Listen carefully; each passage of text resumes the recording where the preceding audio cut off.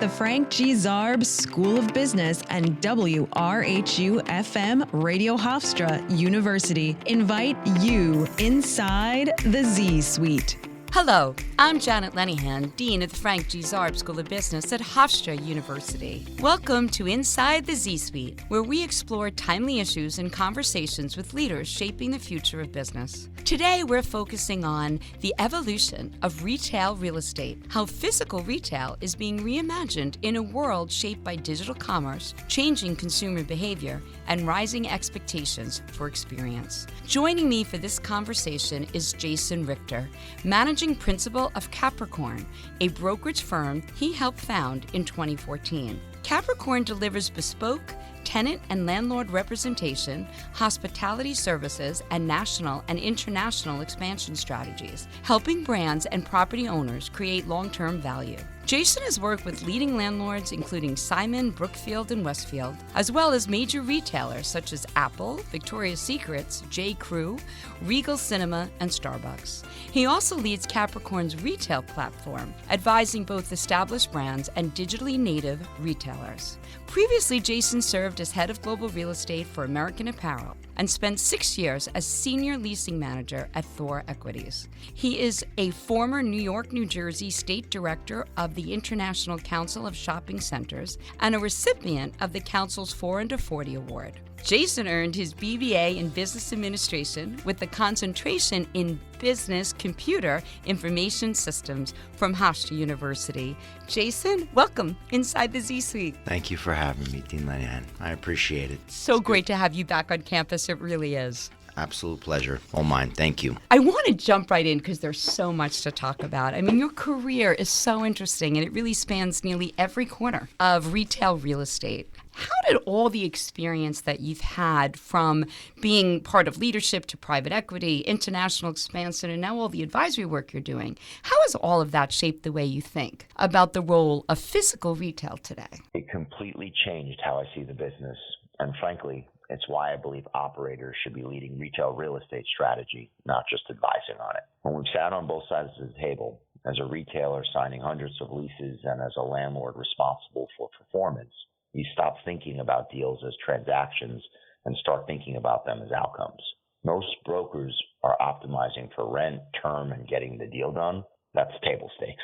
But as an operator, you're asking a very different set of questions.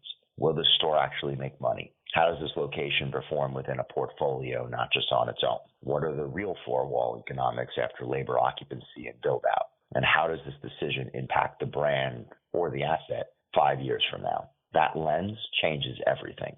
As a retailer, I learned how fragile store-level profitability is. One bad deal doesn't just hurt, it compounds across a fleet.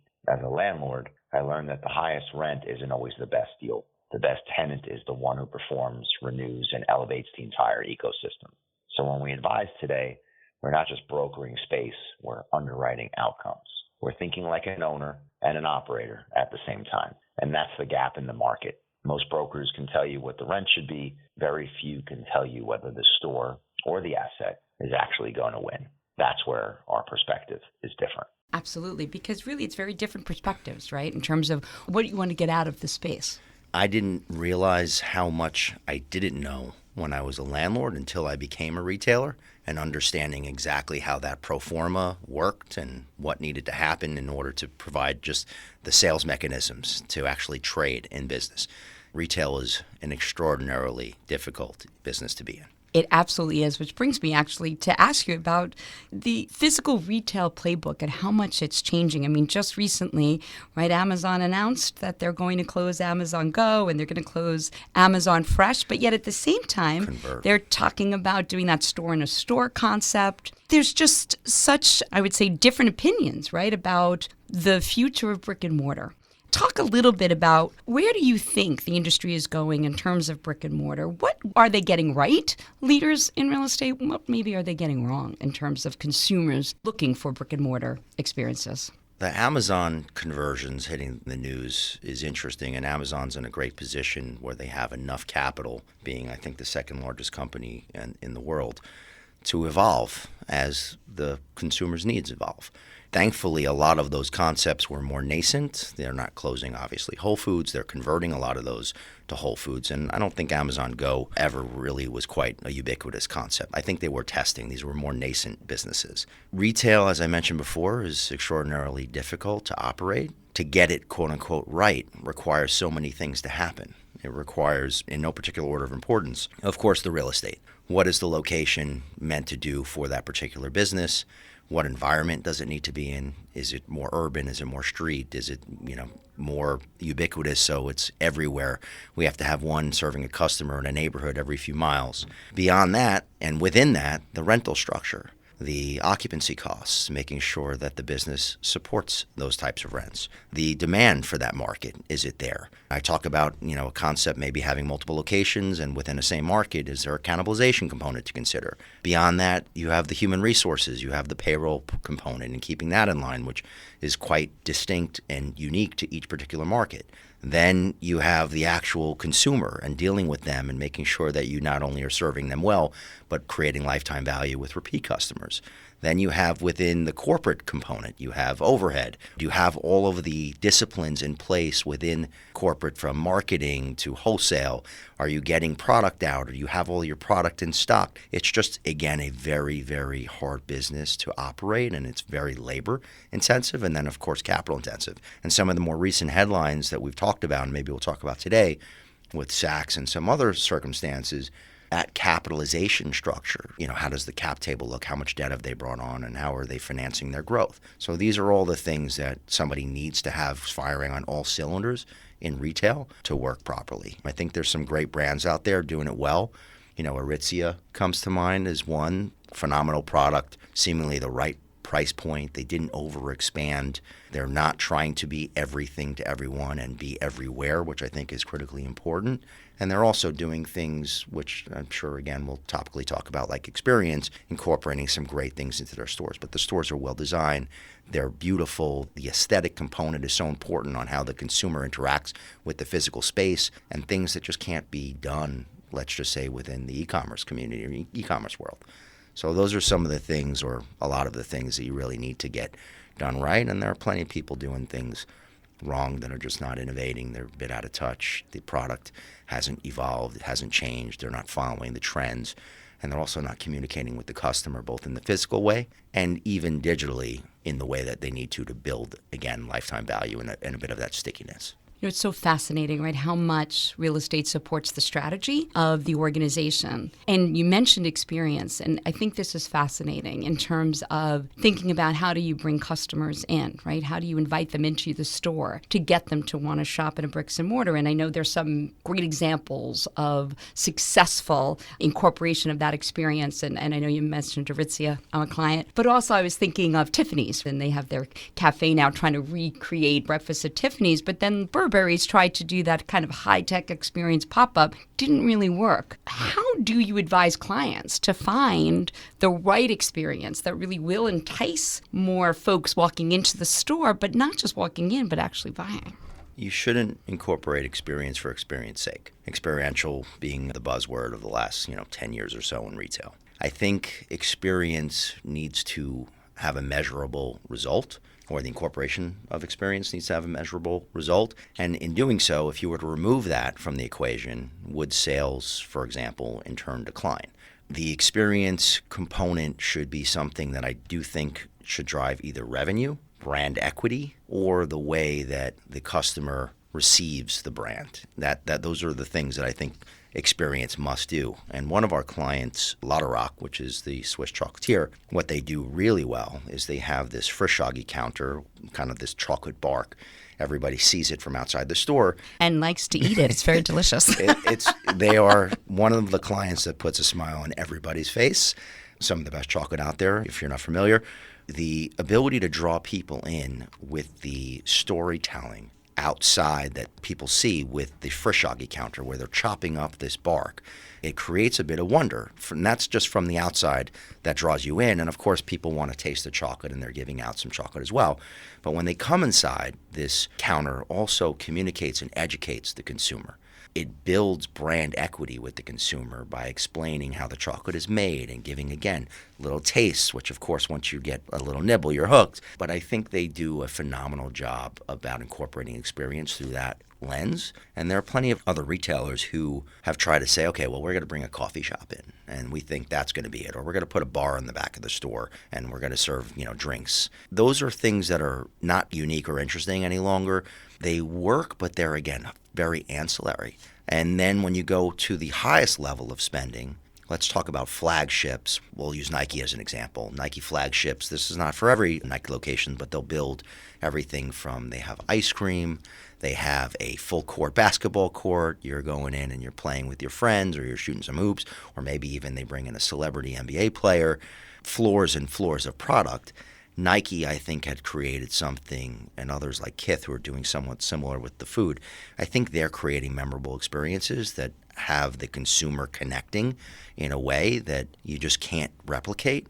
Others are creating more marketing experiences. These are things that are not replicable, and they're not replicable in every location. They're not scalable from that perspective, and the costs are not substantiated in any way by any of the things I mentioned before, like sales. So it's interesting. So the experience really, again, supports the strategy. 100%. The experience needs to be part of the strategy. If it does not build on either revenue, brand equity, or somehow communicating, connecting with the consumer in a very material way, I just think it's theater for theater's sake. Yeah, it's so interesting, right? Because the story to the consumer is so important, which is, I guess, Tiffany tying it into Breakfast at Tiffany's. It becomes part of the story of Tiffany's, and you want to be part of that. And let's talk a little bit about luxury retailers. You mentioned Saks Global, and obviously they just filed for Chapter 11, yes, right? And they're the holding company for Saks Fifth Avenue, Neiman Marcus, I think, right? And Bergdorf. Yep. Is that a signal for luxury retailers? Is there something about that that's signaling to them that maybe there is trouble in luxury department stores? And if so, how should landlord and retail leaders kind of rethink those spaces? The luxury consumer is probably one of, if not the most resilient consumers out there. They're less impacted by the general economic woes that the middle and say the lower classes will be. I think luxury is here to stay. It's evolving, and we can talk a bit about more of that within product. Saks' decline, more than anything, is about capital structure. And I think the acquisitions that they've made, loading on considerable debt, the fact that they were led by a real estate mogul versus a merchant had a lot to do with it. I think the department store broadly is a model that has had tremendous headwinds over the last, let's say, 10, if not 20 years. You've heard about Macy's closing stores and obviously the decline of JCPenney. There's some bright spots there with Nordstrom going private and since actually seeing a tremendous windfall of customers coming back and their sales are up. But I think the department store's place in the market is one where you can go and find a great diversification of product, and their largest degree of stickiness is their rewards program. Yeah. So their customers coming in, and whether it's through their rewards programs or promotions, they're getting, to some extent, discounts. And luxury does not discount. You're not going into Louis Vuitton or Hermes, Chanel, Tiffany, and receiving any discount ever. It just doesn't happen. So the department store, I think, does serve as kind of a backdoor way to do that. As far as the landlords maybe rethinking those spaces. So first and foremost, I don't think the decline of Saks was a real estate problem. Not only did they have great real estate or do have great real estate, but the rents, the occupancy costs that they have are usually quite favorable. Whether it's on the street or in a mall, especially within a mall where they're an anchor, they get very low incentive rates to go into those projects, usually when the projects are being built. So I don't think it's a rent or an occupancy cost problem. And I think landlords, in certain instances, in fact most, because the real estate is great, will happily take back those spaces and relet those spaces, whether it's to singular users, and I don't think it's going to be, another department store, but using Saks Fifth Avenue, the original, on Fifth, that block front could be cut up, and we'll just say, notwithstanding any landmark restrictions, but that block front could be cut up into smaller spaces. You can go office and residential upstairs. When you look at some of Saks off Fifth locations within the outlet, those 15 to 25,000 square foot boxes at your Woodbury Commons or the like, they can also be what we'll say like short sheeted, where there's so much frontage, you cut them up into 3,000 square foot spaces, 2,000 square foot spaces, and the landlords will get exponentially more rent. So there will be plenty of, let's say, reutilization of their boxes, whether it's the outlets, the malls, or the urban street locations. There's this perception, the death of the shopping malls. Here on Long Island, Sunrise Mall in Massapequa is now gone, and there's this feeling that there's going to be more of that. But yet you seem to be suggesting that there's still a need for those kind of shopping malls where you have the anchor stores and things like that. In your opinion, where are we headed? Famous quote of rumors of my death have been greatly exaggerated. And I think retail has lived that life or death several times. And the emergence from COVID and seeing the sales productivity from both the high street space, even the higher end suburban shopping environments, and of course mostly the B to A regional malls, suggested, and this is something that I've never really doubted and I've always believed in, humans are social creatures. We like to be out and about. We don't want to be sitting at home with a AR, VR, headset on. I'm making a very global statement. Certainly when I was a kid, I loved playing video games for hours on end. We need to be out and about to feel alive. We want to go out to eat in restaurants and dine with our friends and our family. We love to go and see the clothes that we're going to buy. We want to touch the fabrics. We want to feel the textures. Going back to the experience, whether it's going to a movie theater, which oddly enough still is a thing despite Netflix and streaming, and then also go to, if you've been to the American Dream, where they have everything from a water park to, an indoor ski slope. People want to go and experience. We are a consumer-based economy. We love to spend, and I just think that was perhaps overlooked when folks were talking about the death of the shopping mall. And I think placemaking has been super important to all these developers to keep these centers relevant. One thing that's happened for sure since we've emerged from COVID, these centers, these A centers, these high streets, if you will, they've all come back with a vengeance. The rents have gone up, the sales have gone up, and it's truly remarkable what we're seeing in the retail environment. It's so fascinating. I would imagine technology, just like it's impacting every aspect of our economy, has tremendous impacts on real estate and how you do what you do. In particular, artificial intelligence, and not only in terms of portfolio optimization, I'm sure you're using it there, but even just in terms of different metrics and different ways that you can utilize the tool to make quicker decisions, better decisions. So you can talk a little bit about how technology is impacting the world of real estate. Prop tech has been huge over the last few years, and I think within our industry specific and within retail specifically, there's been a major impact. This year in particular, I'm seeing it in a more palpable way. Decision making, you mentioned on the operation side, the property side, there's definitely prop tech innovations in regards to looking at occupancy and building expenses and everything, every part of the building operating, whether it's a mall, an office building, the HVAC, the energy efficiency, all that good stuff. Where I think there are major shifts happening is on the occupier, on the retailer side. And the way that you evaluate space and locations, rather, it's become, it always was an art and a science, and you would evaluate the demographics, the psychographics, you would look at existing tenant sales, you'd make some forecasts on your own sales, some predictions.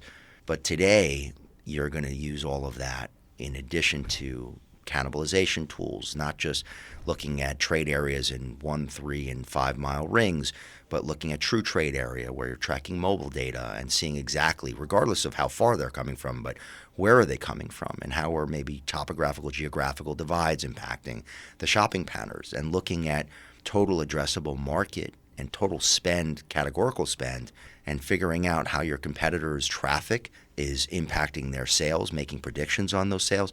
All of these things are coming into the real estate committee where they're looking at the analytics in a more serious way than they ever have. And I think real estate committees, boards, capital behind these retailers, they want more than they ever have. The demand from them about having this justification and analytics for the real estate, and then also for the forecast, for the sales, and those predictions. So it's becoming way more analytical than it ever has been, and I suspect that trend will continue. And I think it's going to be remarkable on what we are going to use technology for. I could see and predict a world where technology will help predict and dictate the level of demand for all sorts of uses. You can go into a subject town or city and say the ideal amount of dental offices, the ideal amount of veterinary clinics, the ideal amount of selling athleisure is this much, and fine-tuning it based on some of that predictive analytics. And in turn, when other folks are coming in above those saturation points, needing to adjust their rent and their occupancy costs, allowing for that level of, let's say, market share or wallet share. So I think there's a ton of things happening, and incorporating virtual reality into it as well, how people are going to be doing site tours in the future. We're very much into Google Maps, but I think you'll be able to put on, a set of Google glasses and have all sorts of information thrown at you while you're looking at spaces and comps, and even exploring how you're going to build out a space maybe in real time. Imagine walking into a location that you're looking to lease, and the ability to lay out in front of you right before your eyes as you walked in for the first time a test fit for your particular concept. I mean, we can go on for an hour about what technology is going to do within this industry, within retail real estate specifically.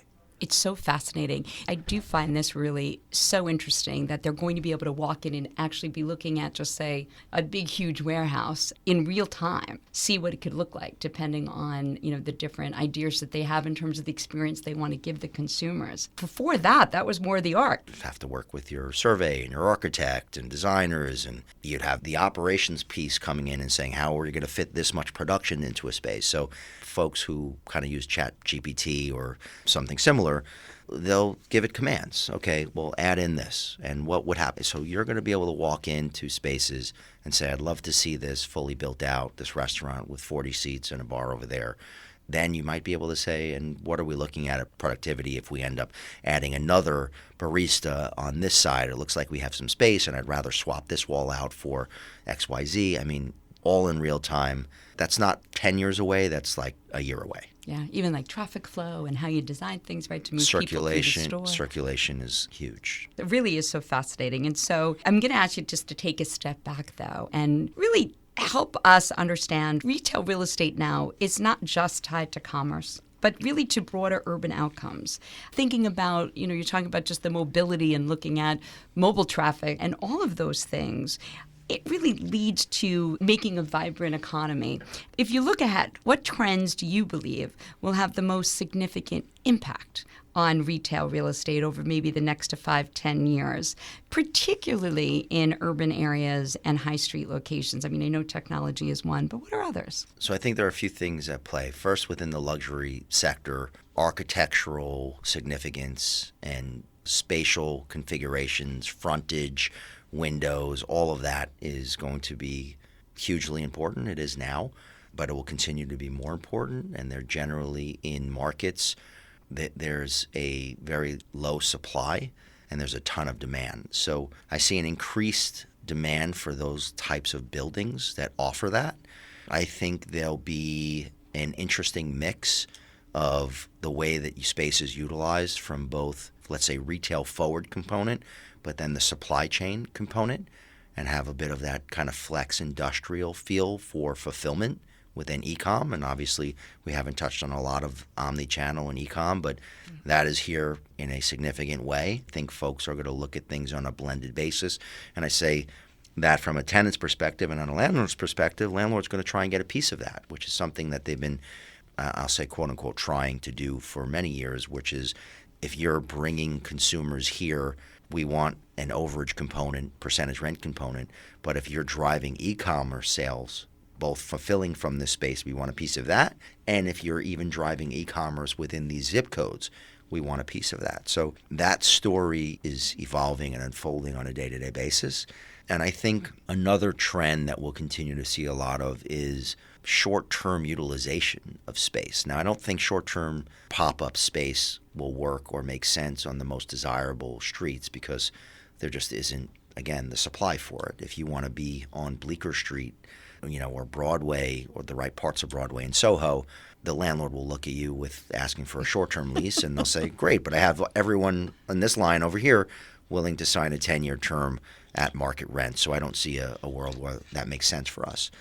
But I do see other environments where that short-term flexibility, the try before you buy, the let's see if this makes sense for us, especially with those direct-to-consumer and digitally native brands, that's definitely been the last few years, and I think that will continue. We'll see a lot of innovation coming from new entrants into the market, and they're not always going to make the big commitment to a long-term lease, a major CapEx spend on a build-out, and a 10-year commitment of term. Really interesting. For students and professionals who are just getting into real estate, what skills or experiences do you believe will be most critical for their success?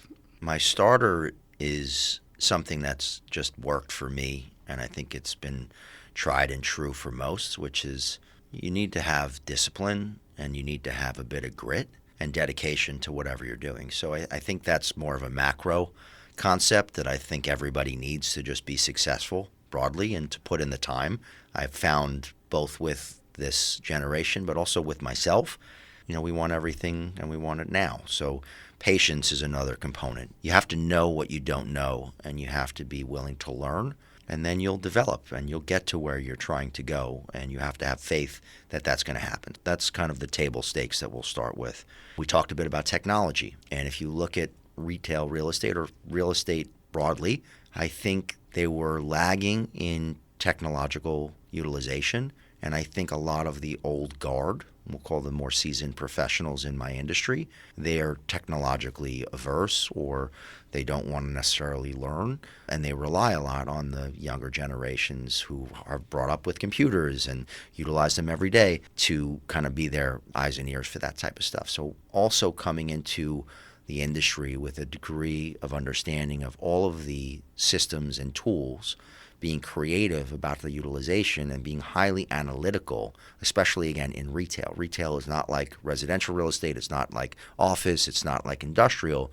You have all the components that we mentioned with retailers and selling and how does that interact with consumers and where people live, work, and play. So utilizing all of the technological tools to both support decision-making on investment on the landlord side and as well as on the tenant side of making sound decisions.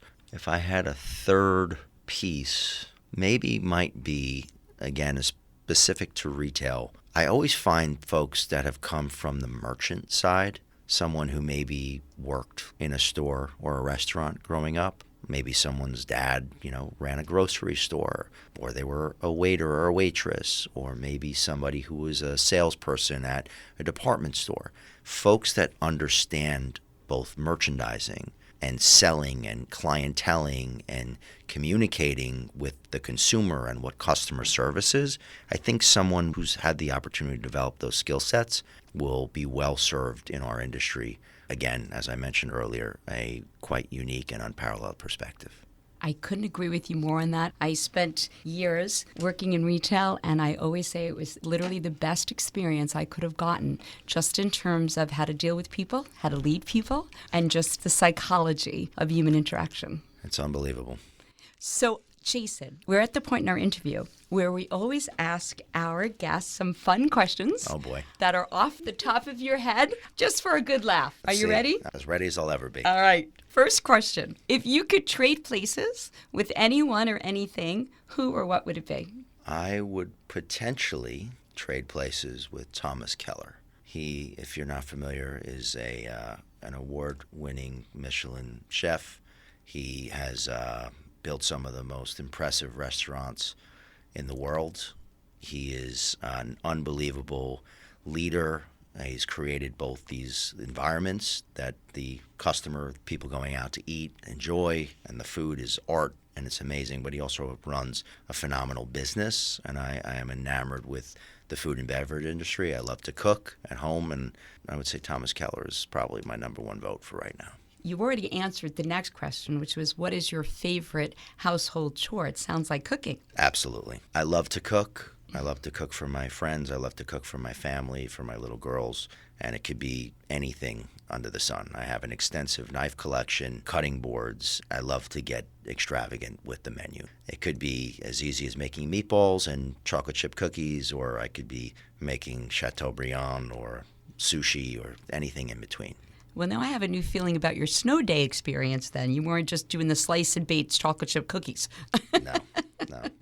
So what's your least favorite household chore? Candidly, I don't mind doing much around the house.